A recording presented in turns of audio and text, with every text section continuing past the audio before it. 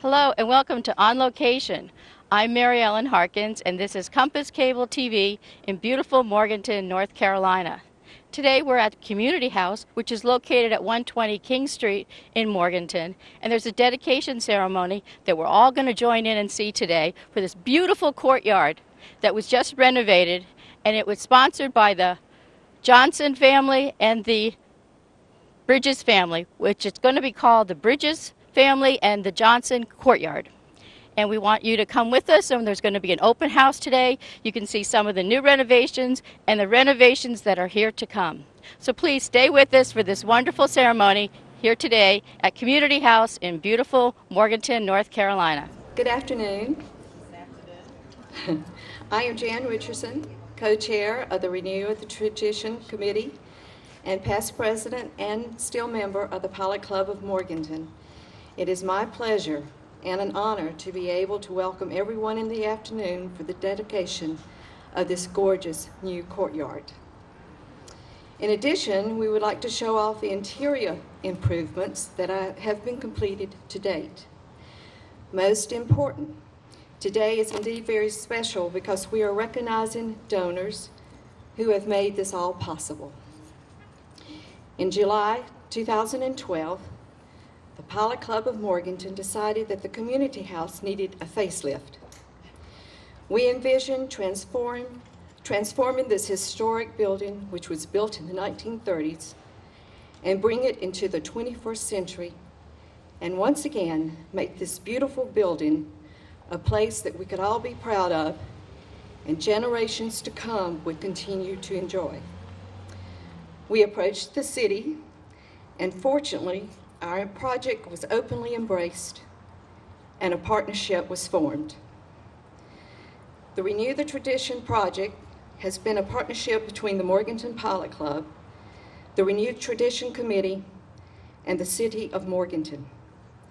Each has contributed numerous hours of their time and talents, and all continue to be dedicated in order to see this project come to fruition. At this time, I would like to invite my husband, Dr. Jim Richardson, who is chair of the fundraising committee, who will share with you the monies raised to date.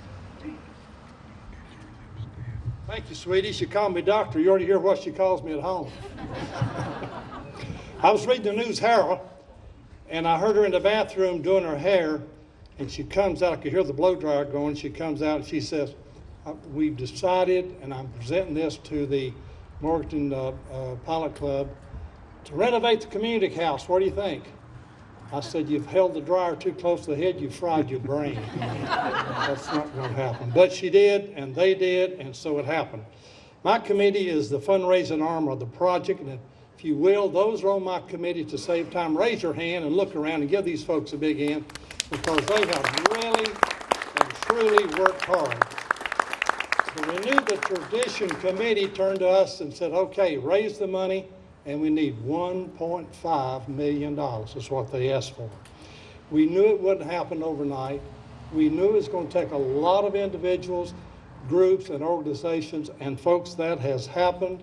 We also knew that we'd have to break it down into different phases, which we have done that. Now, since July 2012, we have been in our silent phase. Now, when you're in fundraising, you want 35 to 40% of your money before you go public. You want to show the public, folks, this is going to happen. I would like you to look at these banners here. These are folks that have given during our silent phase. Now, I'm pleased today to announce, we talked about 35 to 40%, that as of today, we have raised $835,784.92. And of that, we spent $725,000. I'd like to acknowledge some people that have really been instrumental in helping our group. Lee Anderson has informed us to all the changes, so when we go out, we can talk comfortably about what changes are being made as we make calls. Sharon Jablonski has just been tremendous in providing her expertise. And folks, we have not had one negative vote, not one negative vote from the city council. They have been right with us. Some of them have made calls. Mayor Corwin has made calls. And I am pleased and think that in the future that will continue to do so. I believe that this facility and the old courthouse are the centerpieces of our community, Mike, and I think that makes us a lot different than others. I hope you'll get on board. We'd like to finish this thing. We're on board as the team. We're moving forward, and thank you very much.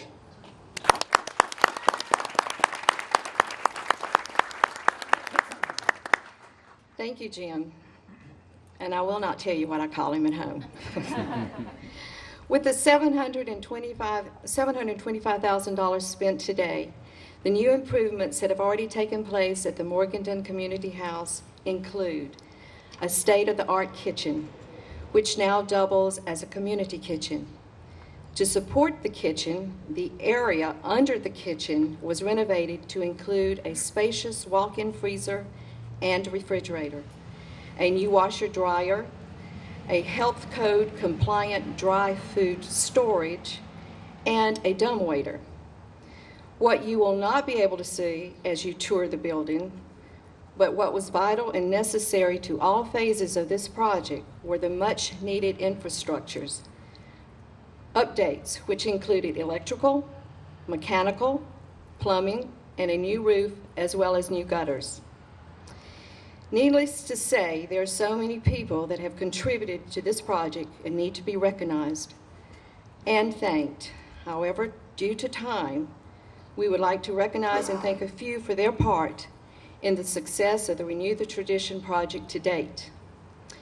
Patty Glazer and her team, Glazer Architects from Asheville, Site Design Studio, Sud Associates, Wilkie Construction, Project Superintendent and Manager Lawrence Law, Macmillan Electric, David Gibbons, landscaper, and Structural Steel.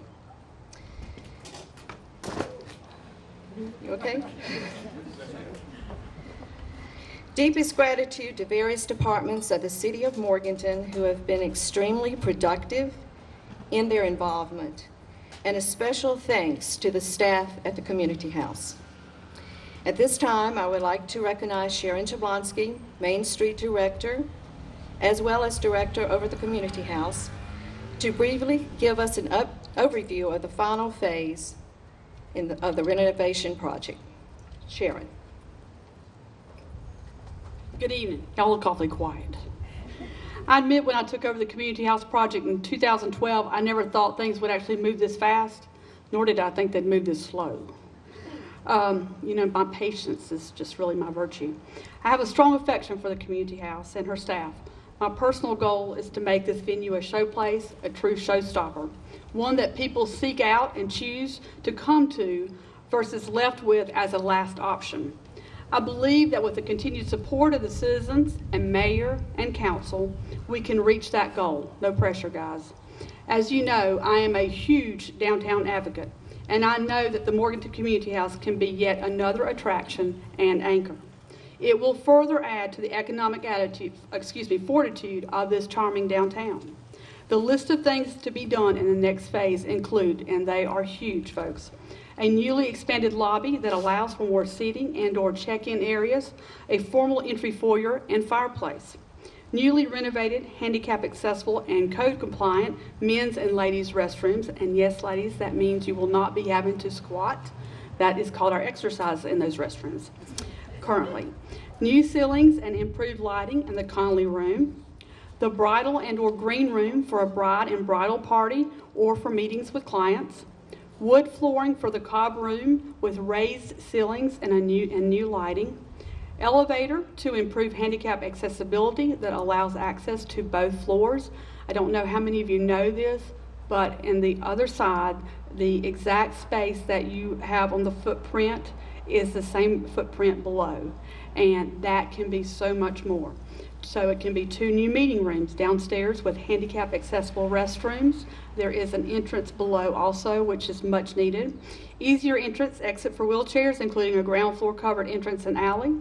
The project also will incorporate elements that will make the building more sustainable, energy efficient, and functional with provisions for advanced technology in all the rooms.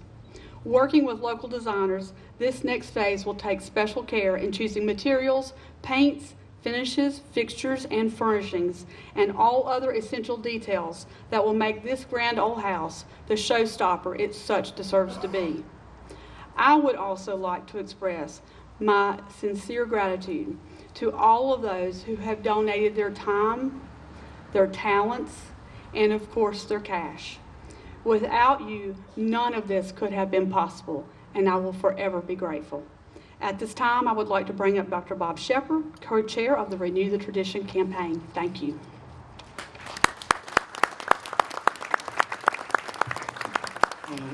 And thank you, Sharon. Special greetings to Bridges family, Johnson family. We honor you, and we're delighted that you're here at this gathering. I get the feeling that I need to be very brief. I feel a little anxious about being partners in such a large group of sprinkling. That, of course, could happen any time now, but I will be brief since I would rather talk about immersion than sprinkling. I will go. So here we are at the community house. That was as bad a joke as Jim Richardson. I believe I've got him there.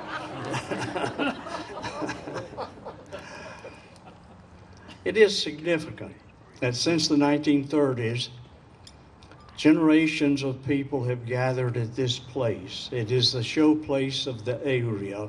It is the meeting place of the area. After all, community means a unit of people. It could be animals, but in this case, people who come together from a similar heritage, tradition, with similar thoughts and visions and hopes and dreams. The unit is called community. You know, Webster defines house as a place where units meet. And so, community house, how fitting and how wonderful that since the 1930s, various groups and individuals have gathered here to celebrate, to transact business, and of course, the centerpiece of it all usually is food. And that is a part of community and unity. And so the clubs, civic, religious, political, service organizations all meet here. I have a list of more than 50 groups that meet at this place as a community to do their service projects and make their plans and share their visions. And that is significant, and that is why this is so important. Let me relate one story. As recent as yesterday, we had a visitor here, right where you are standing, from Florida. He was in transition or planning transition, looking for a place to move from Florida, looking at several places in North Carolina. He visited here, visited the community house, and was impressed with what you see and where you stand and the interior, which you will see in a few moments. I am confident it's going to have a significant influence on his and his wife's decision as to where they live in their moments of retirement. That's just one example of what has happened many, many times because of the community house. Now, I have the assignment, which is very complicated. I am to introduce His Honor, Mayor Mel Cohen. Now, I would be remiss, I have to say this. The Cohen family, the Shepard family have been friends for over 30 years, and that has no political connotation to it. But how am I going to do this in the political atmosphere of today without being sort of preferential or showing? So I have to be very careful. I'm really on the spot. And, you know, I could even say, here's Mel, and that has that has political overtones, maybe some undertones. But all I can do is say I am proud to present to you our next speaker. You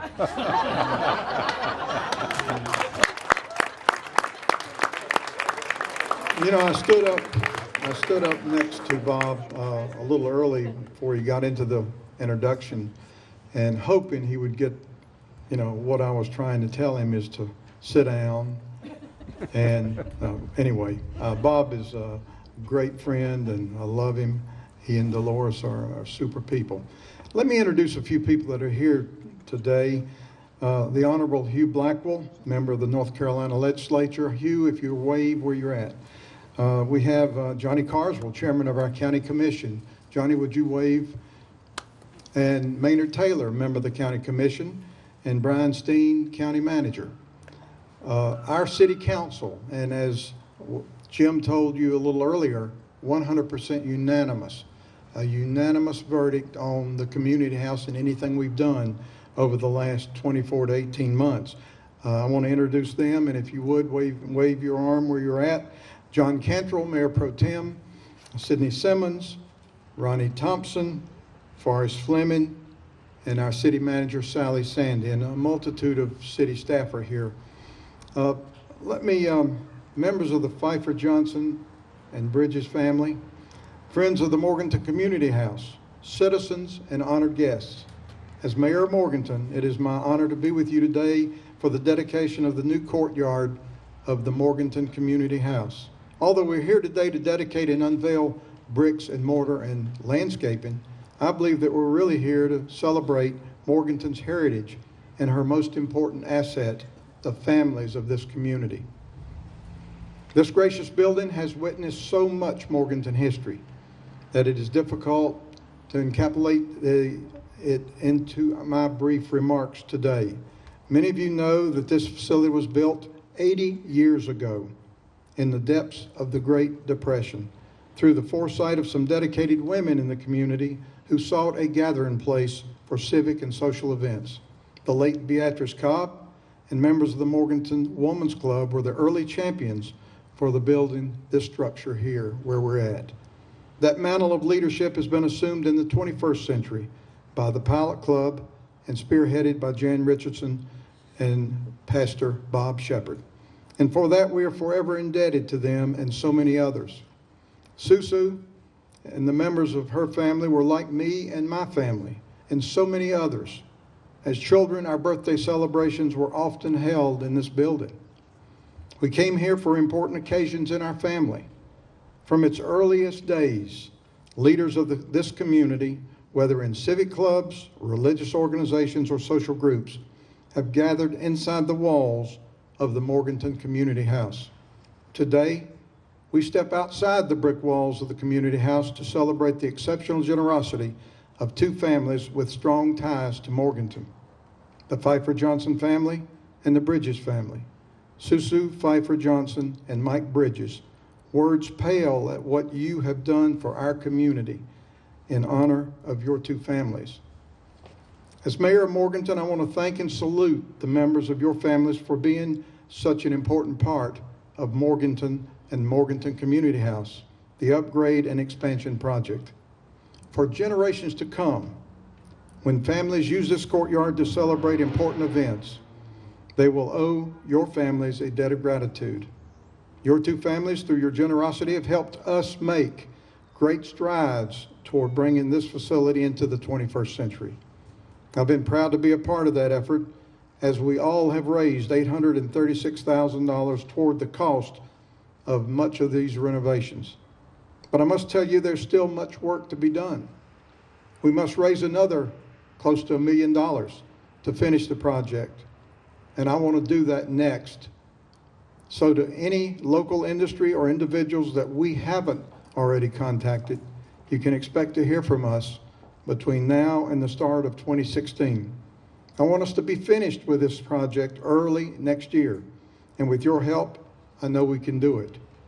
For those who have already stepped up to the plate and made pledges or donations, I say thank you from the mayor of this city of Morganton for keeping this important municipal icon vibrant and vital for the next century. Now, I need to ask Susu and George Dean Johnson, Edward and Becky Pfeiffer, and Mike Bridges, Shirley Bridges Owen, Charlotte Duncan, and Reverend Richard Duncan, all to come over here and let's take the cover off of the plaque. It's a trick.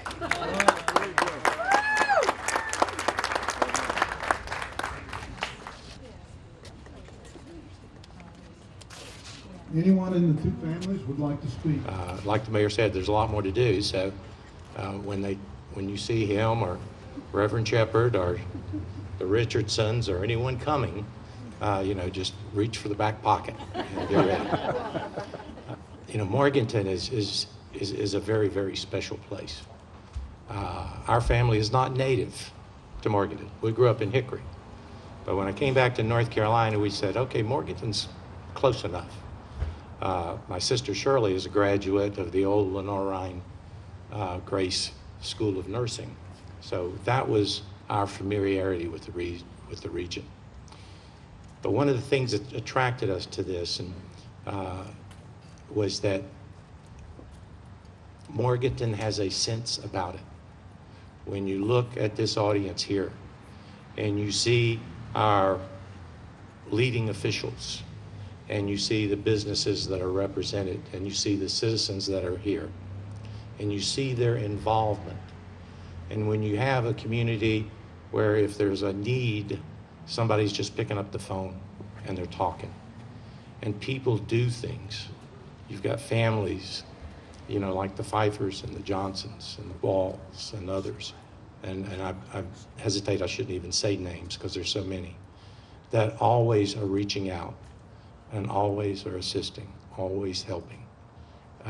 And they do it without fanfare, and they do it just to get the job done. The community house represents that to us.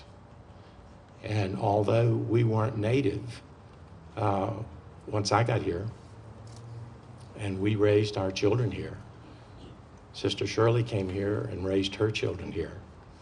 My brother Keith moved here and raised his children here. My sister Charlotte and her husband Richard own property here. My mother and father came here in retirement and settled here.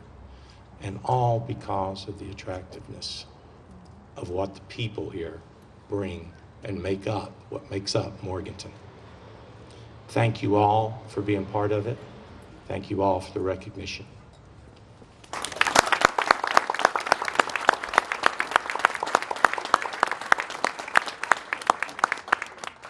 The Pfeiffer Johnson family are just overwhelmed by what's been done here. So I'll turn it over to Sharon. She can tell us what's on the...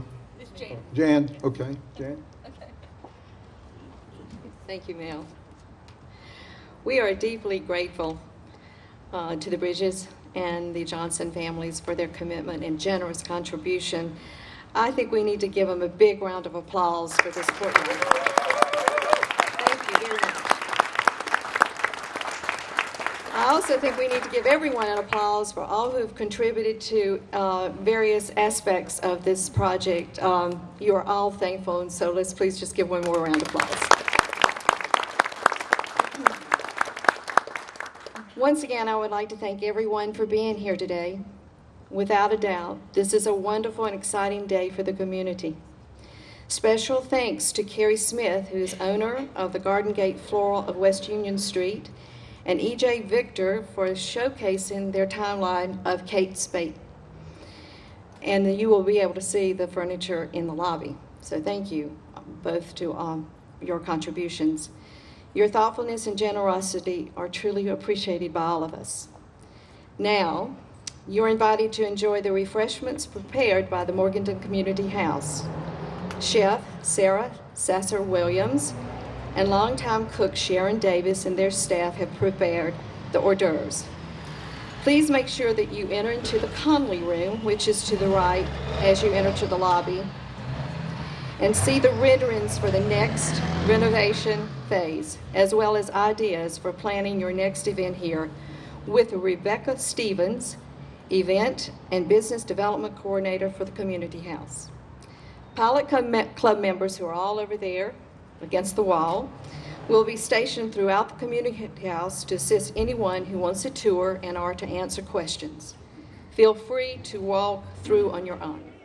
We just had a wonderful dedication ceremony out there in that beautiful courtyard that was donated by the Bridges and Johnson family. And now this is the lobby with, they just took up the rugs here and found these beautiful oak floors. And look, let's look at these beautiful oak floors down here in the lobby. Now this is part of phase 1, but phase 2 will include a bigger lobby and more expanded furniture.